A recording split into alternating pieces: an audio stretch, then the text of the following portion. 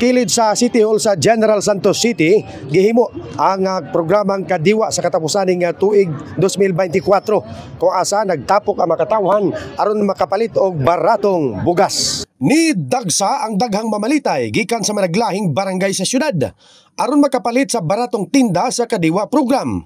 Ganihang buntag kilid sa City Hall, gihimo ang ika-11 nga hugna sa pagtinda. Sa pagpanguna sa personay sa National Irrigation Administration, inabagan sa LGU Jansan, pinagi sa taga City Agriculture Office. Adunay mga prutas, tinapay, kakanin, mga pitakang baligya, apan ang ginatapukan gayod sa mamalitay, ang bugas nga tig 29 pesos sa matag kilo. Ani ang reaksyon sa mga nakapalit nga silang Rinaldo Hiastro nga taga City Heights o Estela Rapailis sa San Isidro, Jansan. Kayang-kaya para sa mga mahirap. The best. Maraming salamat kasi nakabili kami ng morang bigas. Mapahiyo mo no sabang usa ka meat vendor nga si Sweet Morales.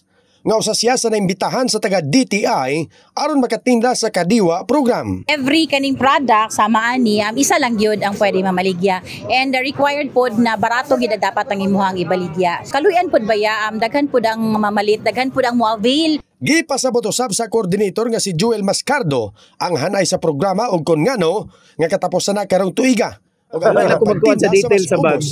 Basta in line na siya sa ato ang compliance sa memorandum circular nga gi-issue gikan sa DILG nga nag-enjoin sa LGU in the participation of the conduct sa ato ang Kadiwa ng Pangulo.